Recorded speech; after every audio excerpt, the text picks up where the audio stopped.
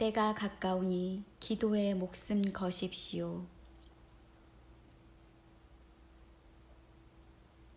다니엘은 그때에 악한 사람과 지혜 있는 자들이 있을 것이라 애언했다. 많은 사람이 연단을 받아 스스로 정결하게 하며 희게 할 것이나 악한 자는 아무것도 깨닫지 못하되 오직 지혜 있는 자는 깨달으리라. 다니엘 12장 10절.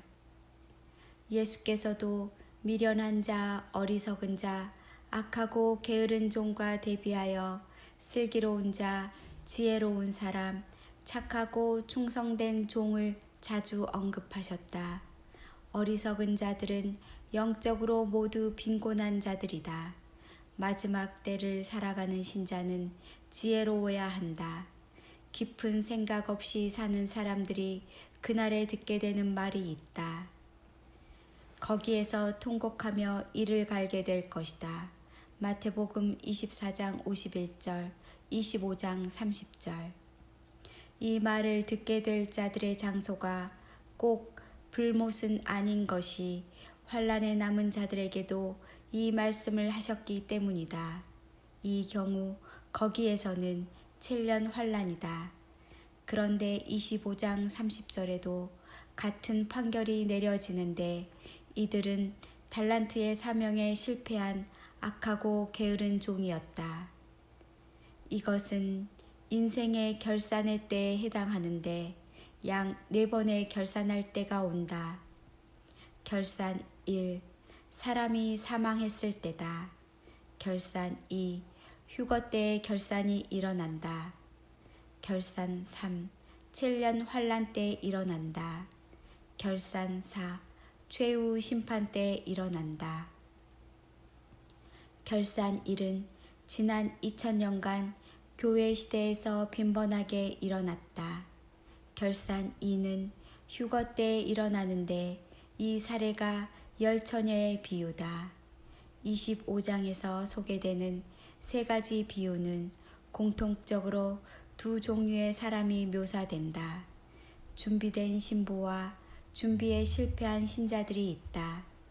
이들이 마주하게 된 상황은 혼인잔치에 들어가는 문이 닫히고 환난의 문이 열린 것이다. 결산 3에서도 2 종류의 사람이 등장하는데 착하고 충성된 종과 악하고 게으른 종으로 이는 모래 위에 집을 짓는 어리석은 사람으로 소개되었다. 착하고 충성된 종은 주인의 즐거움에 참여하라는 말을 듣는다.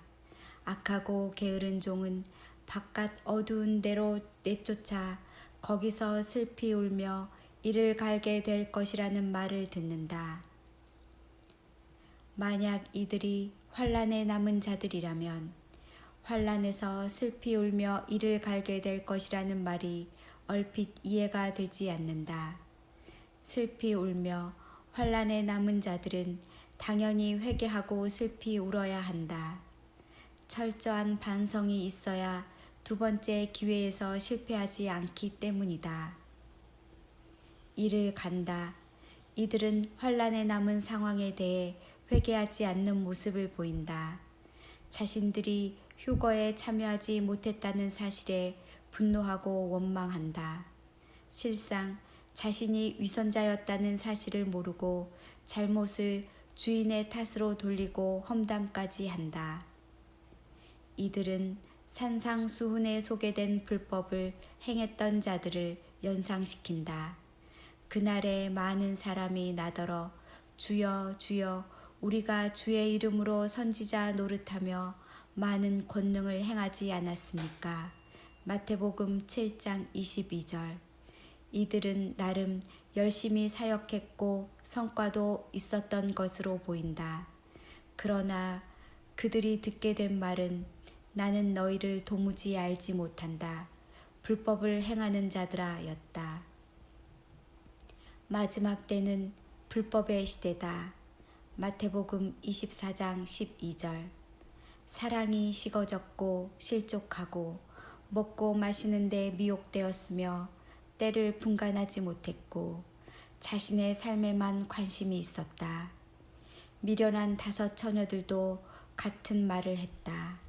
주여 주여 우리에게 열어주소서.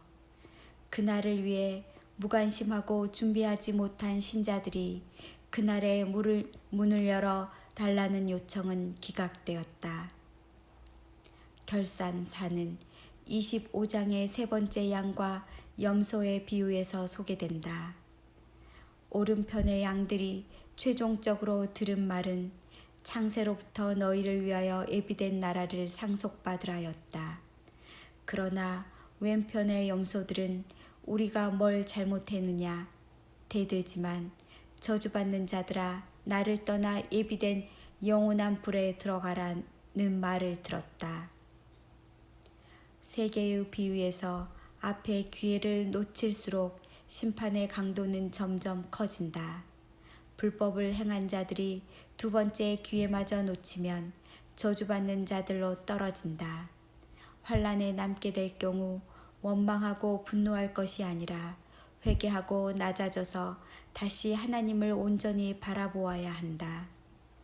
마태복음 25장의 3가지 비유는 진짜와 가짜를 구분하고 분리한다. 선택된 사람들이 그날에 올라간다. 여호와의 날이 가까웠으므로 여호와께서 희생을 준비하고 그가 청할 자들을 구별하신다. 마지막 때는 지혜로워야 산다. 정신을 차리지 않는다면 세상의 거대한 인류가 파도에 휩싸여 가듯 음녀가 주는 포도주에 취해 살아가게 된다. 그러나 슬기로운 자들은 이때가 마지막 시대임을 간파하고 재빨리 자신을 깨끗하게 준비하는 일에 집중한다. 안타까운 것은 10처녀 중에 남게 된 어리석은 처녀 5명이다. 이들은 주님의 다시 오심을 위해 나름 준비했던 신자들로 보인다. 그들은 환난에 남았는데 매우 충격적이었을 것이다.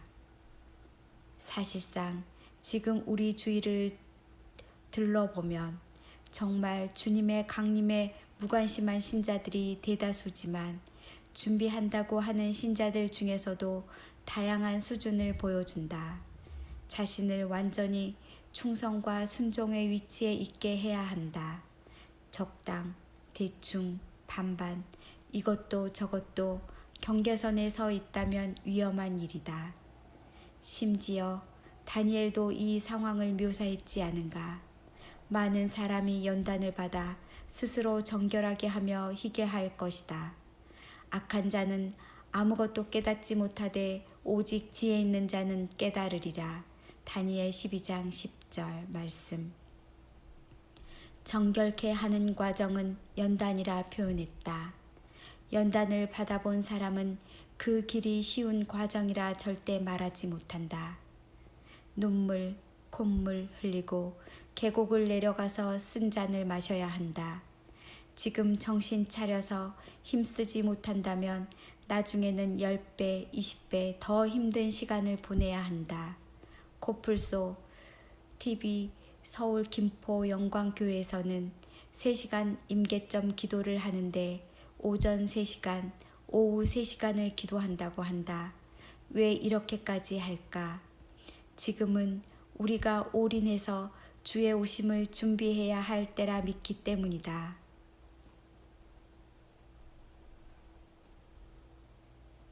제가 약간 좀 불안하네요 하시는 분들 목숨 걸고 기도해 보십시오.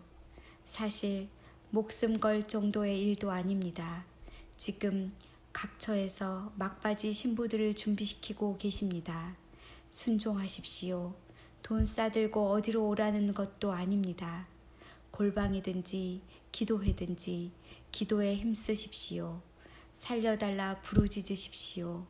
무서운 일이 일어나고 통곡하고 애곡할 것입니다. 지금 그럴 때입니다. 그러나 주님의 신실한 신부들은 두려워하지 마십시오. 주님께서 우리를 끝까지 지키시고 보호하시고 사랑하시고 인도하십니다.